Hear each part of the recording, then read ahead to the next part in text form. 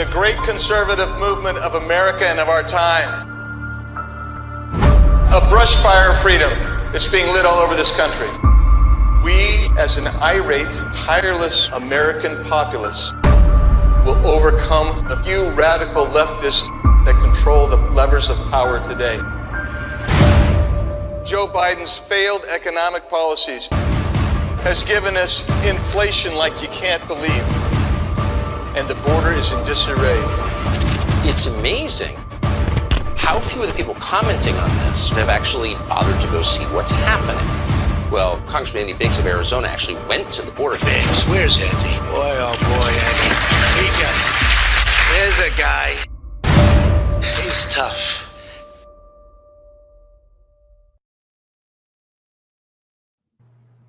Hello, everyone. Welcome to another edition of What's the Biggs Idea? That's my semi-regular podcast. My name is Andy Biggs. I am the congressman from Arizona's 5th Congressional District, and I am happy to be joined today by James Hutton, who is a foreign policy expert.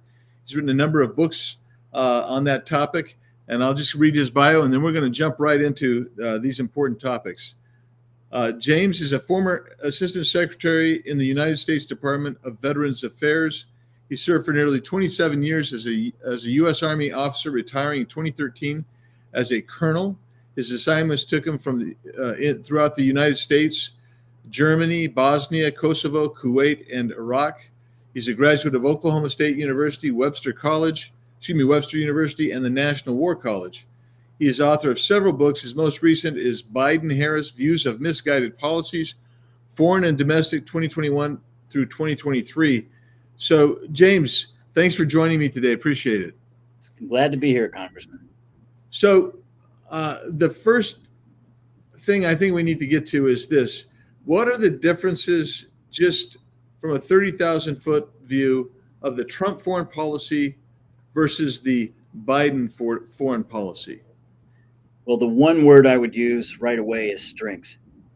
And it wasn't to make everyone in the world feel good about who you were and as a person, and a lot of hand holding at foreign meetings. It was to understand that our country, our leadership, was focused on America first, and that as an America first policy, that means we were going to do everything we could to help our own country. But at the same time, we expect France to be France first also, and that makes us all better when we're working together and apart to have effective foreign policy.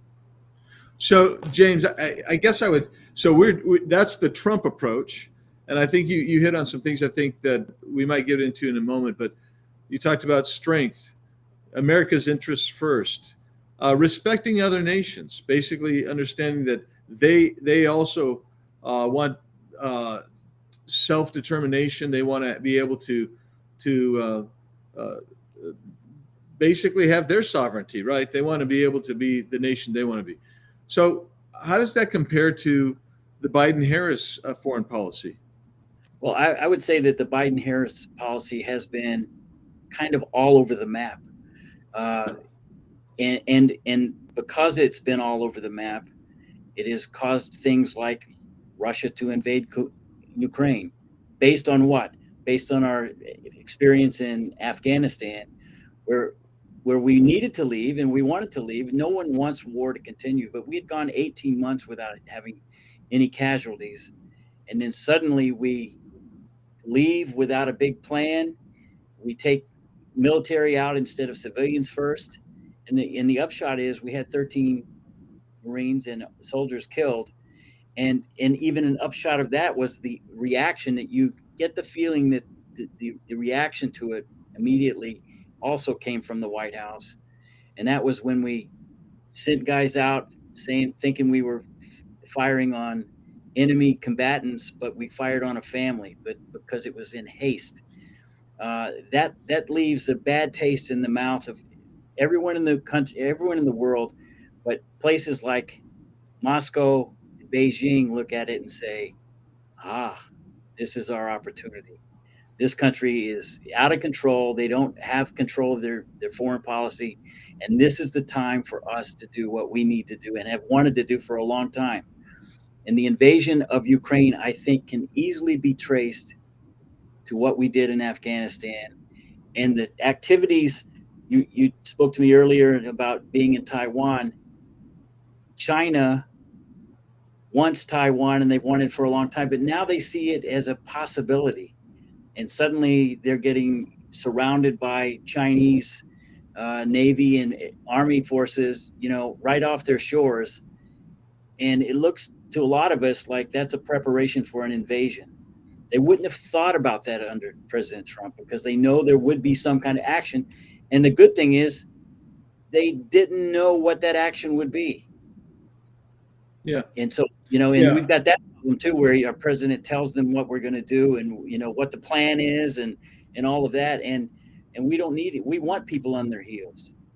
And if they're a little bit of us, that's okay.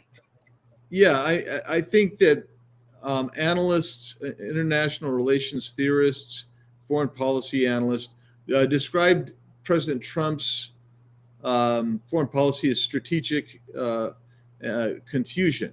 And that is to say, he had a strategy. It was America first. It was peace through strength.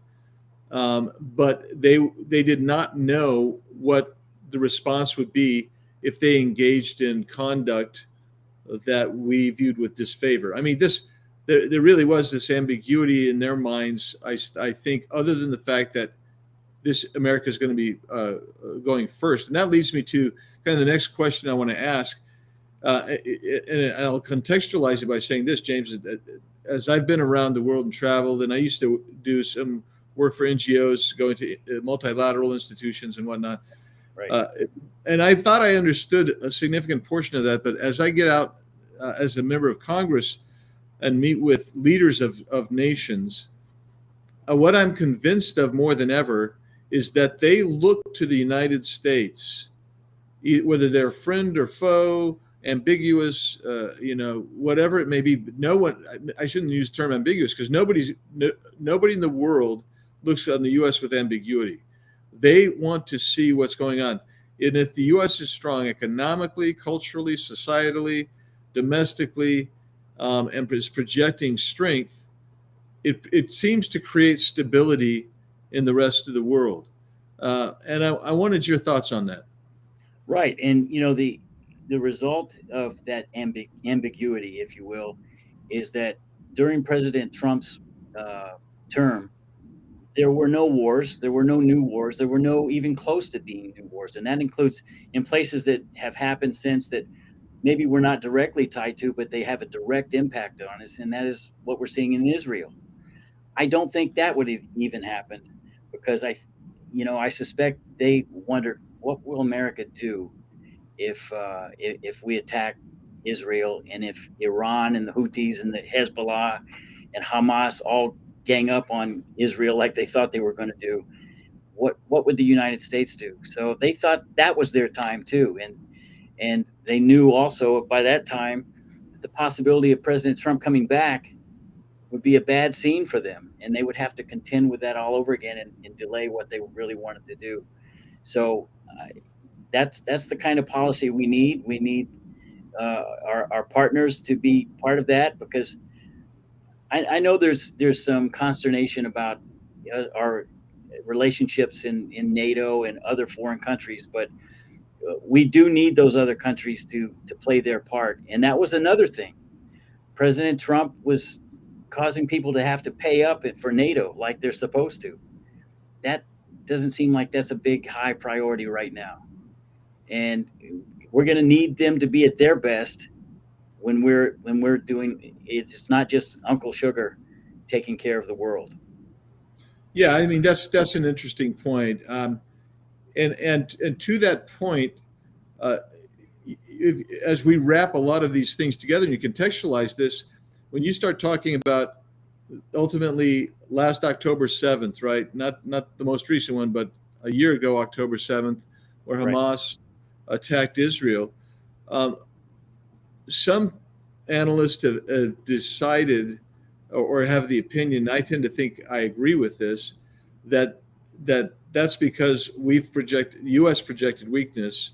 There was now confusion based on the Biden administration's hot and cold relationship with Israel and Netanyahu specifically. The fact that the U.S. under Biden, one of the first things he did is he came in, removed sanctions, and restored literally billions of dollars to Iran. And Iran sponsors everything from the Houthis, which we're now seeing some actual live fire attacks by the U.S. On the Houthis. They sponsor Hamas, they sponsor Hezbollah, and they have in our own hemisphere tight relationships with both Cuba and Venezuela. So I'm just wondering, the signals that are sent when you have this kind of multilateral institutionalist international relations theory that this administration seems to want to grasp onto, if they have a theory at all, an overarching grand theory. What do you see with regard to reinvigorating Iran's economy, its nuclear weapons program, and its ability to destabilize and disrupt regionally, both in the Mideast, but also now in the Caribbean with Venezuela and Cuba? Right. So, at the end of all of this, we want to see an Iran with no nuclear weapons, and how we get there and what that looks like to end that is something that should not be clear to the Iranians. But what we need to do at home is to kind of refurbish our military. The Air Force has the fewest planes it's ever had in its entire history since 1948. We're down hundreds of ships from 40 years ago.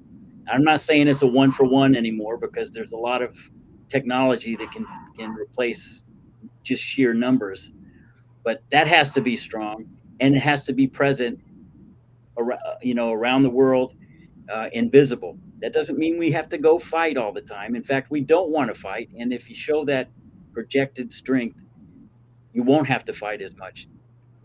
Pointing in favor of President Trump. We didn't go to any wars. We didn't have any new wars because of that strength, and that needs to be fixed. Our relationship with NATO, again, NATO's got to do its share. A lot of this stuff is happening in Europe, and they need to get on that as hard as they can. And I think they've done better than we've expected in past years. But at the same time, it's probably still not enough.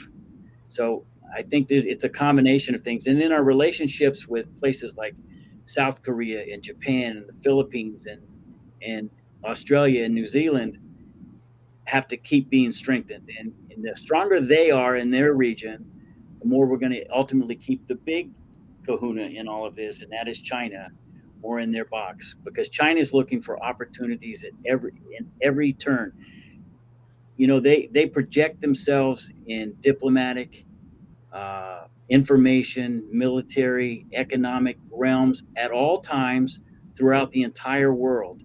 You're familiar with their Belts and Roads program, where they're trying to essentially buy their way into a country, get themselves in the country, and get the country to owe them money, which they know that the country can't pay, and then they kind of take over. It's kind of almost like a Nazi, not a Nazi, but a mafia operation where you owe them, and so now we're in control of your ports, or we're in control of your airports, airports and seaports, and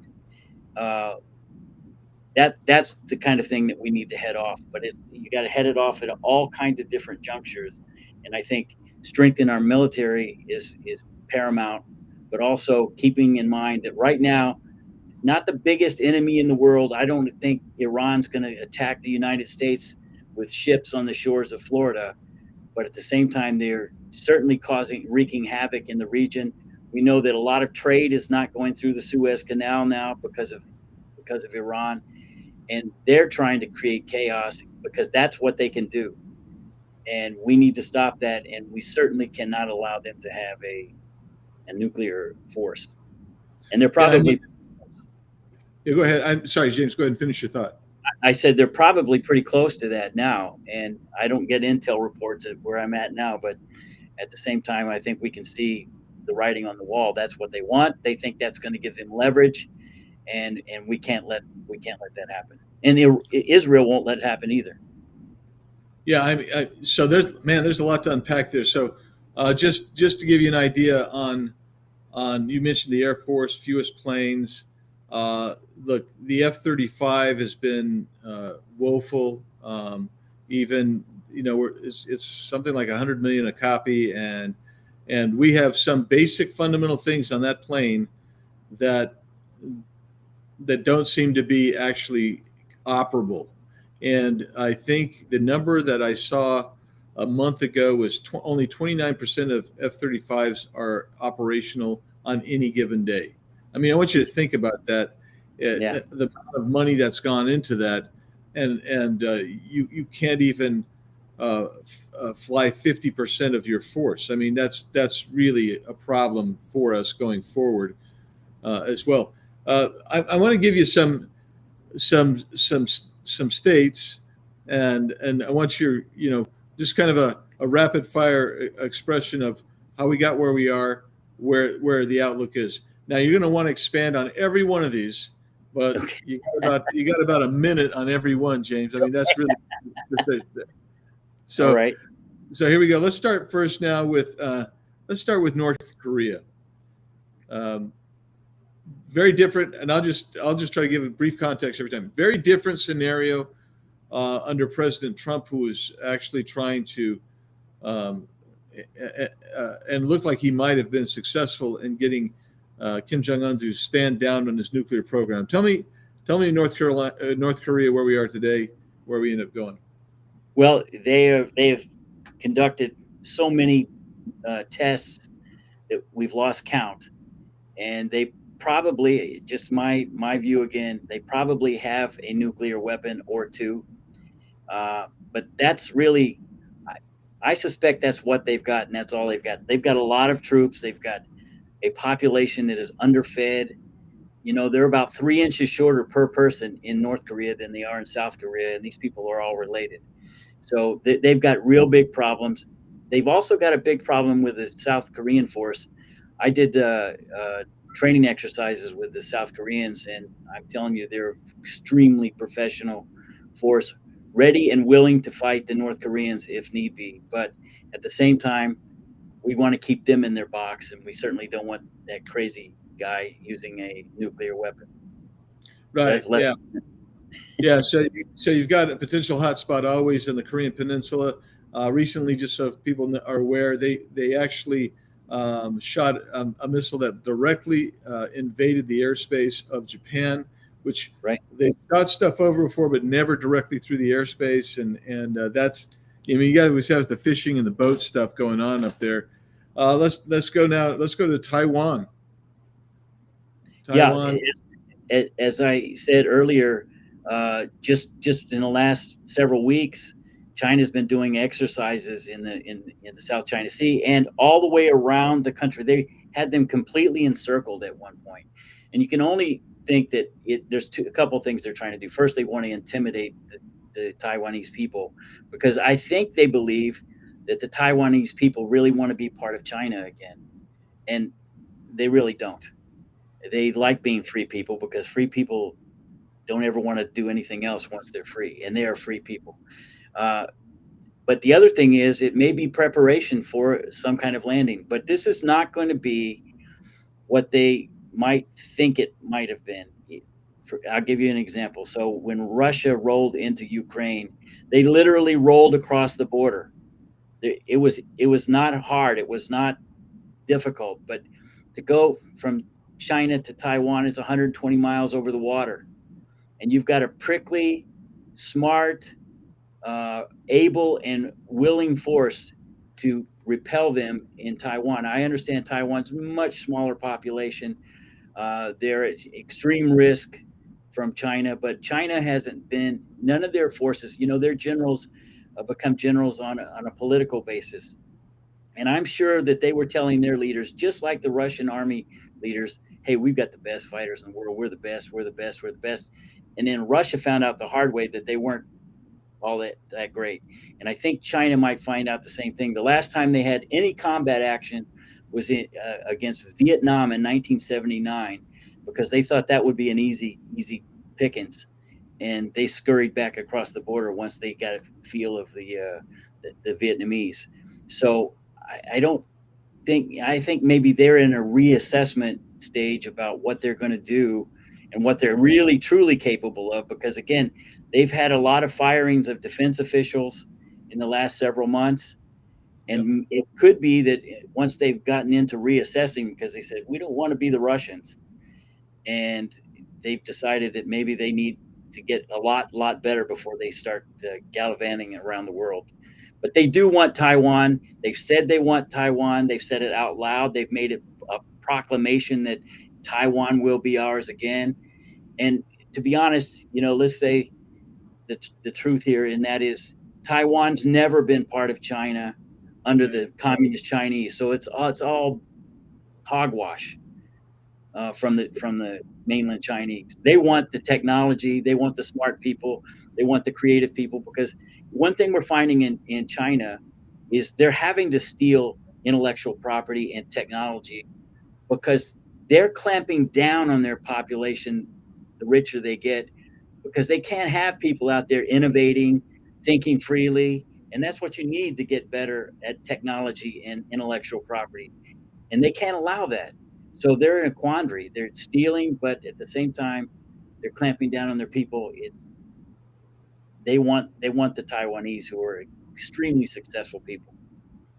Yeah, so that's great information. And yes, I would just tell you that I met with a group in Taiwan that basically they teach Taiwanese people how to resist an invasion, and it was fascinating. Let's go now across. Let's go to Ukraine and Russia. Let's talk about that for a minute. Okay, well, you and I might not be exactly on the same sheet of music on Ukraine. I thought that early in the conflict, first of all, our president again had projected weakness in Afghanistan, but he also said some key things like, if it's not a big incursion, yes, maybe exactly right. Yes, and then also, once there was that incursion, General Milley said it would be 3 days and the country would fall to the Russians. And it didn't happen that way. And it looked like they were fighting back, and they did fight back pretty hard with what they had, enough that it kind of slowed things down for a while. And I think if we had interjected then with equipment, not people, I don't think we need to go with people, but interjected with equipment and stuff right early, then I think this conflict would be much farther along, and it might be even over by now. But we strung them out, and it's like we wanted to keep it. It's something, if you're standing on the outside, it's like, do you really want this to stop, or do you want it to just continue dribble? But that dribble has resulted in 100,000 deaths of Russians, and probably very close to that of Ukrainians. That's a huge loss of life. That each of those sides has lost almost double what we lost in all of Vietnam in over 10 years. So. Right. I think that President Trump is right in this respect. He wants it to end, and I think he can negotiate an end, because I really think in the back of his mind, Vladimir Putin says, boy, I sure wish this was over. Because, right now he's not taking any of his people that live in Moscow or St. Petersburg, putting them in the army, because he knows there's a PR aspect to this. But, he's emptied the prisons. And these forces, I know someone very close to me that's in Ukraine and fighting in the Ukrainian forces, and he says that the Russian fighters are horrible. They're terrible. Now, there's some units that are very good, but they're horrible, and so they're just throwing people at the problem. And the difference between them and the Ukrainians is the Ukrainians are pretty well motivated, because their territory is on the line. And so I know there's a lot of criticism of Zelensky, and I know there's a lot of criticism of how much money we're spending, and it's always right for our government officials like you to say, what's that money going toward? Why is it being used? And what are the alternatives? That that is always that is always on the table as far as I'm concerned. But at the same time, I don't want Russia to win. I don't want them to roll in and take over any country because Moldova would be like 8 seconds later because it's 1.5 million population. They want and Putin has said as much as this. He wants Latvia, he wants Lithuania, he wants Estonia. Those are members of NATO, and I don't want him going into a NATO country because I know what that means. It means we are obligated to put troops on the ground, and we want to avoid that. And I think Russians want to avoid that too because they know how good they are not anymore. Yeah, I do think that this was an eye opener for Vladimir Putin and the Russian generals, because I think they thought what Milley said was true. I mean, Right. They really believed that this thing would be short lived and that they would, I don't know what his ambitions were. This is the problem, I think, all along is Putin has expressed multivariate mission statements, and Ukraine never really said what their exits, what they thought victory would be, and the United States clearly has been unclear on this, James. As far as I'm concerned, in fact, I've pressed them. What is your exit strategy? What does the exit ramp look like? And it can't be something like we'll be there as long as it takes. But that's what they always gave me. We'll be there as long as it takes. And I said, what takes? I mean, that means you must have something in mind. Some end state, right? Yeah.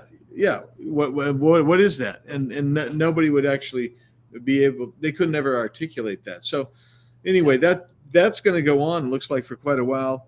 Let's talk about. Go back now south to Israel. So you've got Iran funding Hamas. We funded a Hamas, by the way. We sent them literally billions of dollars. Right. The Houthis recently attacked by us. They're trying to gob up the commercial activity over there on land and sea. Hezbollah in Lebanon has just been shelled by the Israelis. What's going to go on here? Well, as we saw today, the word is out that Sinwar is dead. The leader of Hamas. That's a big thing. But one thing, I never get too excited when I hear one of these top names are killed. I mean, you kind of say that's a good thing on the one hand, but on the other hand, it seems that a lot of these forces seem to regroup behind some new guy. And so I think it is a good thing. It certainly disrupts the forces when these leaders go. Hezbollah, I think, is in bad shape, and I think they would like to start talking pretty soon. And they've got most of the equipment. They've got more equipment than Hamas or the Houthis, and it's all paid for by Iran. And you're right, it was paid for by U.S. releasing money to Iran to be used for for all of this. It's a vicious circle, but at the same time, Israel has proven themselves extremely capable, innovative. I mean, the whole thing about the beeper system going off all over the country, 2,000 people wounded and I thought it was interesting that some members of Congress were saying this is a war crime. And I said, I don't think there's been a more targeted attack on an enemy than that. It was extremely targeted. Now there were some people in crowds that got hurt, and that's unfortunate, and that always happens. But it happens a lot more when you shoot artillery rounds into a country that explode over a city. Yeah, then that's a lot different than these targeted attacks. So I think the message to the region is really ultimately don't mess with Israel. You will pay a heavy price. Yeah, Israel has been they get a bad rap at the United Nations, but I'll tell you, they have been as targeted and protective of civilians as they possibly can be. If you look at it objectively, I mean, if you just stand back and say, what have they done? I mean, when you start dropping leaflets on people saying, "Hey, you need to get out of there," because they basically have given away their whole strategy by telling you what they're going to do. Right. Last topic before we go. I save this because I know that you did some work on El Salvador, and I'm a charter member of the El Salvador caucus, and been to El Salvador, met with the president, and been there. It's a very interesting nation. It's now the one of the safest top two safest cities or countries in the Western Hemisphere, and that you just could not say that 6-7 years ago even. Right. So tell me what you think happened there, and is it replicable anywhere else? Well, I can tell you that in 2010, I went there as a person that was in the National War College, and everywhere we went, we had to go with a whole cadre of bodyguards. And no matter where it was in San Salvador, throughout the country, visiting a high-ranking person, it didn't matter. We needed the bodyguards. And one gentleman told me that the biggest industry they had in the country was personal protection. And I thought, what a terrible way to live your lives. And I also noticed I had just gotten back from my third tour in Iraq by then. And I remember walking through the city, and the people looked at us and smiled. They were happy to see us. They liked Americans. And then you realize that, they in El Salvador, they have 15 departamentos or 14 departamentos. But in the newspapers, you read up there, and they talk about Departamento 15. Well, where is that? It's not in the country. It's the United States, because a third of their population lives on the west coast of the U.S. and in this area, in D.C. area. And you get to thinking, what a terrible. But then Bukele came in, and he said, we are riddled with crime. We are going to get rid of crime. And he started gathering up the MS-13 gangs and putting them in prison en masse. And suddenly, it's like peace broke out in their own country. And walking around the country, well, the whole need for personal bodyguards has gone. It's just poof. It's gone away, and people are moving back to the country from here. And he's also been criticized by the squad here in the States, and he's thumbed his nose at them and said, until you've lived our lives, you can keep your criticism to yourself. And so, since their civil war, which lasted from 1980 to 1992, it was just one despot, hard thing after another throughout the country.